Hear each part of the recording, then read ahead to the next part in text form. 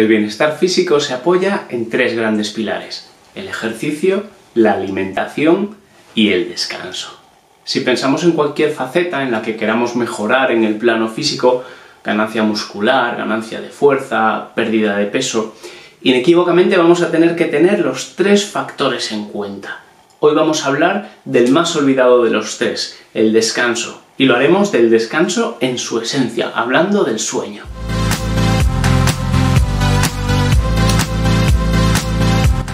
Bienvenido al Faro de los Libros. Soy Roque y hoy vamos a hablar de uno de los mejores libros para entender el sueño. ¿Por qué dormimos?, de Matthew Walker. Un libro apasionante para entender uno de los aspectos más misteriosos y desconocidos del ser humano, el sueño. ¿Por qué dormimos? ¿Para qué sirve el sueño? ¿O por qué, con la privación del mismo, sufrimos consecuencias físicas tan devastadoras e incluso la muerte? Este ensayo es francamente interesante, sorprendente en muchos de sus puntos y desde luego uno de los libros más completos y asequibles para entender de verdad el sueño. Su autor además es una eminencia en la materia y este libro a mí me ha gustado particularmente porque aborda desde los conceptos más básicos del sueño que todos conocemos hasta los últimos descubrimientos en la materia, y lo hace además, por un lado, desde un punto de vista científico y riguroso, pero por otro, desde un punto de vista asequible y llano. Está francamente bien.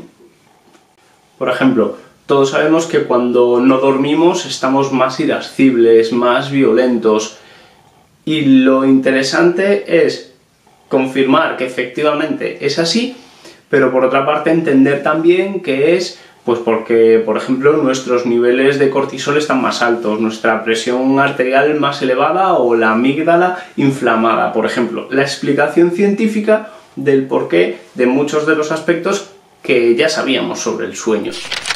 El libro está estructurado en 4 grandes partes. Eso, a lo que llamamos sueño, por qué debemos dormir, cómo y por qué soñamos, y de las pastillas para dormir a la sociedad transformada.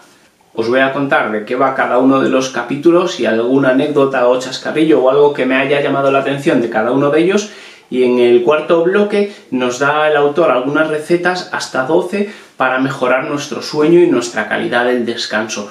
Os voy a contar las 5 que más me han llamado la atención. Primera parte.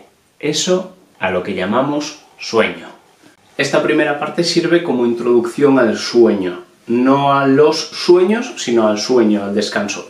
Nos habla de por qué dormimos, de cuál es el origen del sueño en diferentes animales y de los ritmos circadianos, ese reloj interno que tenemos cada uno. En este primer bloque se comenta también la arquitectura del sueño, las diferentes fases del sueño y la vigilia, y cómo evolucionamos a través de las diferentes fases en las diferentes etapas vitales del ser humano. Habla también de las hormonas relacionadas con el sueño, el cortisol, la melatonina, la adenosina y su comportamiento a lo largo del ritmo circadiano y del ritmo del sueño, y nos habla también del propio ritmo del sueño, de los propios ritmos circadianos en las diferentes etapas de la vida.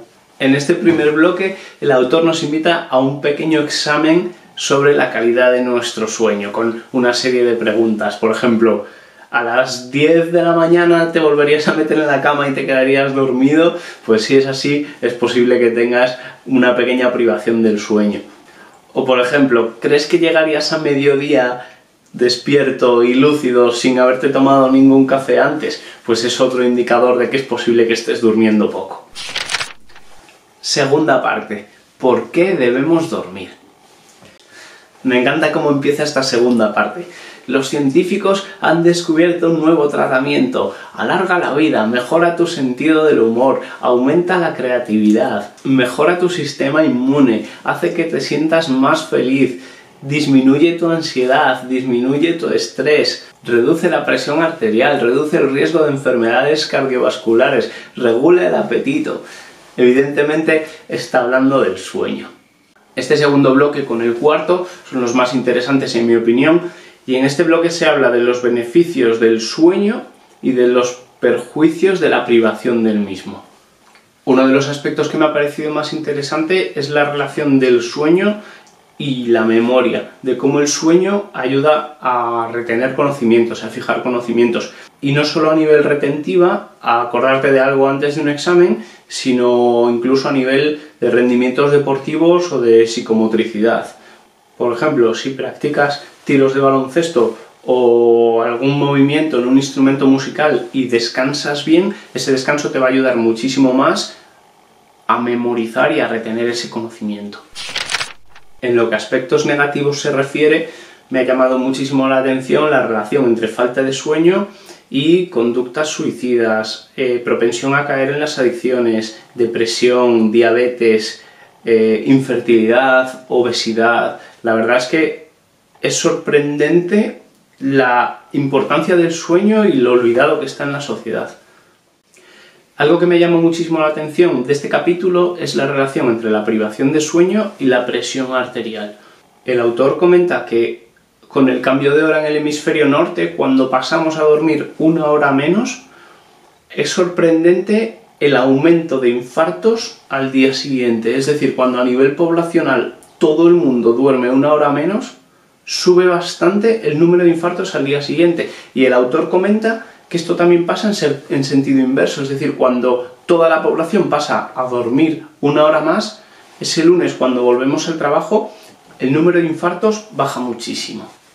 Y también hay una relación muy grande entre la falta de sueño y los accidentes de tráfico, algo que sí que podíamos intuir, pero el autor señala que también esos 2 días clave donde toda la población duerme 1 hora más o toda la población duerme 1 hora menos, se perciben muchísimo subidas y bajadas en los accidentes de tráfico. Me ha parecido sorprendente.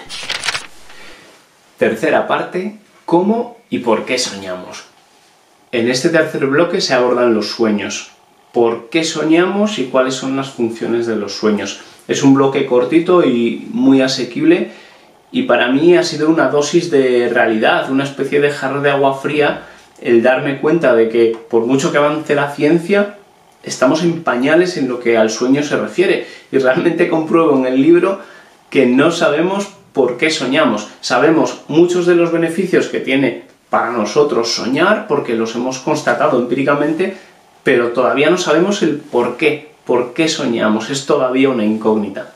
Me han llamado la atención un par de aspectos de este capítulo, de este bloque. Por un lado, el efecto del sueño como bálsamo reparador.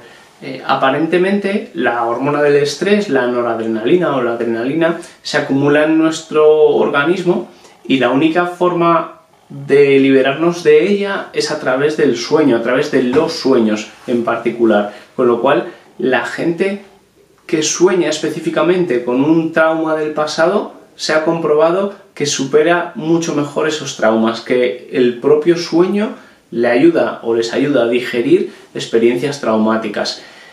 Todavía es una línea de investigación en la que se está profundizando, pero me ha parecido tremendamente interesante. El otro aspecto que me ha llamado la atención es la relación entre la creatividad y la memoria asociativa y el sueño. Al hilo de esta relación, el libro cuenta la anécdota de que Edison, siendo conocedor de que los niveles máximos de creatividad estaban en ese punto del sueño justo cuando te quedas dormido, aprovechaba para dormir pequeñas siestas con unas monedas en la mano y una bandeja metálica en el suelo, de forma que en cuanto se quedaba dormido soltaba las monedas inconscientemente, el sonido le despertaba y aprovechaba ese momento para ponerse a trabajar cuando el cerebro estaba en su punto de máxima creatividad. No sé si es verdad o no, pero me ha llamado mucho la atención. Cuarto bloque, de las pastillas para dormir a la sociedad transformada. En este último bloque, muy interesante también, se abordan problemas del sueño a nivel patológico, enfermedades o desajustes del sueño, así como recetas, recomendaciones o soluciones para reordenar de forma natural el ciclo normal del sueño. Todos sabemos que la revolución industrial ha traído muchísimas y grandísimas comodidades, pero el precio a pagar en ciertos aspectos ha sido muy alto. La luz artificial ha roto completamente los ritmos de noche y oscuridad, los ritmos naturales de noche y oscuridad, y nos ha hecho en ocasiones darle la espalda a la naturaleza en este sentido. El libro aborda el tema y nos da hasta 12 recomendaciones para intentar paliar los efectos de la sociedad moderna, la sociedad en la que vivimos, y conseguir reordenar el ritmo del sueño. Os dejo 5 aspectos que a mí me han parecido los más interesantes. Primero, regula la luz. Evita la luz azul y sobre todo las pantallas en las horas previas a irte a dormir. Y sobre todo evita las pantallas por 2 razones. La primera, porque la luz azul va a hacer que liberes cortisol, una hormona inhibidora de la melatonina, la hormona del sueño. Y la segunda, porque va a hacer que liberes también dopamina, una hormona que te va a excitar, con lo cual, si evitas las pantallas en las horas previas al sueño, a dormir, te va a ayudar muchísimo. Por supuesto, mi consejo sería que también elimines cualquier tipo de televisor, luz intensa o pantalla que tengas en tu habitación. El segundo consejo, ten en cuenta la temperatura. El frío es amigo íntimo del sueño. A mí me encanta, aunque a mi mujer no le hace demasiada gracia, abrir la ventana, especialmente en invierno, un ratito antes de irme a la cama y acostarme acurrucado. Y es que está científicamente demostrado que una temperatura adecuada, no demasiado frío, pero sí más hacia frío que hacia calor, ayuda mucho a conciliar el sueño. El tercer punto es evitar cafeína y alcohol, estimulantes, depresivos, antes de irnos a la cama. La cafeína evidentemente nos va a excitar, con lo cual va a perjudicar directamente el hecho de poder conciliar el sueño, y el alcohol tiene también un efecto perjudicial en la calidad del descanso y del sueño. Aunque a priori nos dé la impresión de que una cerveza o un vino antes de ir a la cama te ayuda a caer redondo, hablando en términos llanos, es cierto que está demostrado que el alcohol tiene un efecto negativo en la calidad de nuestro descanso. El cuarto punto, la comida. Es muy discutible que haya que cenar ligero.